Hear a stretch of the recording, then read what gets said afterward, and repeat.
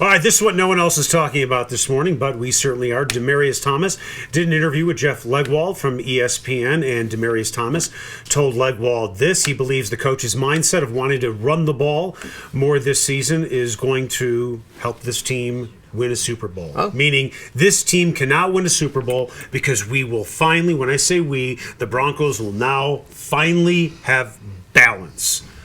Are you buying that?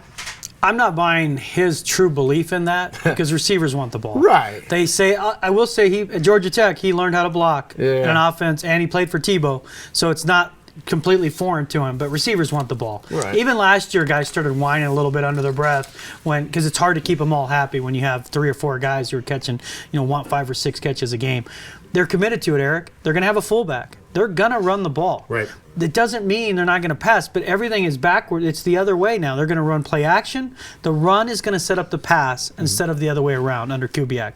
It's just that's who he is. That's who Gary Kubiak is. And Benjamin, if they're able to pull this off, it makes them better later in the season. Sure. Yeah, and the idea is run early, run often. A 2-yard run in the first quarter could turn into a 7-yard run in the fourth quarter because they've worn down the defense. I like about this most of all the fact that Demaryius Thomas is buying in to his coach. And secretly, of course, you want the ball every play, right? But he's saying the right things and clearly acknowledging his coach's system. He's buying in, but he's not there.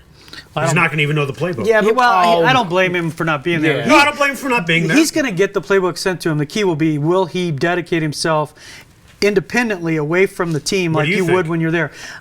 He's got everything at stake. Because if they don't franchise him, he's going to be a true free agent. So if you can't motivate yourself, physically he's going to be in shape. He loves to work out. But if mentally he doesn't put his head in that playbook, it would surprise me only because everything is at stake. The money is there to be had. And the other thing is when the Broncos have run the ball well, when I covered their 2 Super Bowls, their receivers blocked. Demaryius Thomas can be a weapon blocking. Cody Latimer, is the reason great blocker.